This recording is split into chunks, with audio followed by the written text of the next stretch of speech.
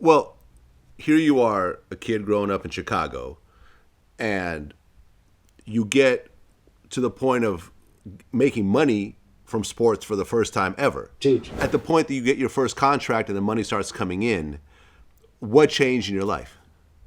Well, got married, started a family, and I think for me, when we look at the money, man, I came in on the minimum contract in 1982, and it be and like right now, I'm sure it's going to be profound for a lot of this generation to understand what the minimum salary in 1982 was $40,000. All right, Wow. it was $40,000.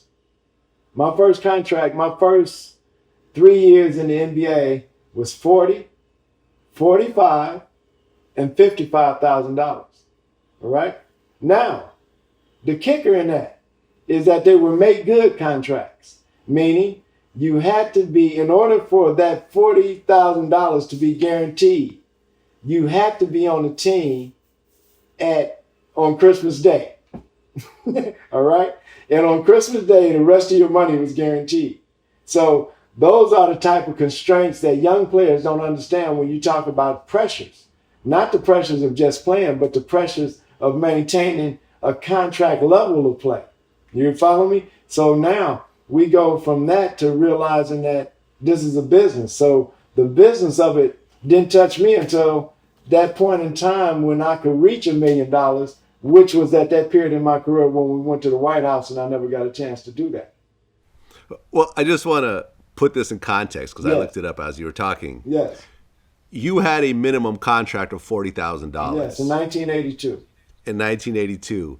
In 2020, Yes. the minimum NBA contract is $900,000. Now, let me say this for me, myself, and Mahmoud Abdul Rauf, and all the other brothers who may have had some type of grievance against the NBA. Just give us, in retribution, those type of funds. A minimum contract, bro. That's crazy.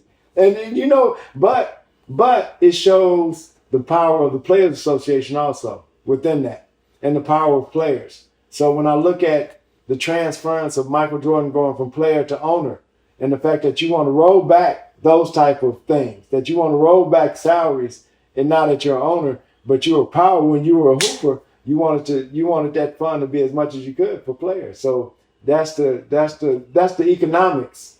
That's the economics of the progression of the dollar and the impact of sport in not only America, but in global economics. Okay, so you get traded from the Clippers Yeah. in '84, and you join the Bucks Right. at that point. Right. How's that experience? You know what's so crazy, man? I've had all kind of coaching, and I feel blessed to have had all the kind of coaching because when I was traded from San Diego to Milwaukee, two of my teammates, Terry Cummings and Ricky Pierce, were also in the trade. And they got there for the first practice, and I got there for the evening practice. So as I'm coming into the hotel, I see Terry and Ricky, and they tell me, man, this dude is crazy. And I'm laughing to myself. So I see Terry, and they's like, man, this is the craziest practice we ever had in our life. And I'm like, how bad could it be? So I go up to Don Nelson's suite, and he tells me, he's like, hey, welcome. I'm like, oh, cool to be here, man. He's like, did everything go well getting there? I'm like, yeah, everything's fine. He was like, yeah, I could have made the deal to get Terry and Ricky Pierce a couple years ago, but I wanted to make sure I got you in the deal because I think you're going to have a long career. You got a sturdy body type and all of this. He said, but can you handle me cussing your ass out? And I started laughing. He was like, okay, I'll see you in about 45 minutes. So go to practice. And we start practice, and he has me literally doing defensive slides for the first hour of practice, half of them by myself. And then I told myself, I see why the brother said this dude is so crazy.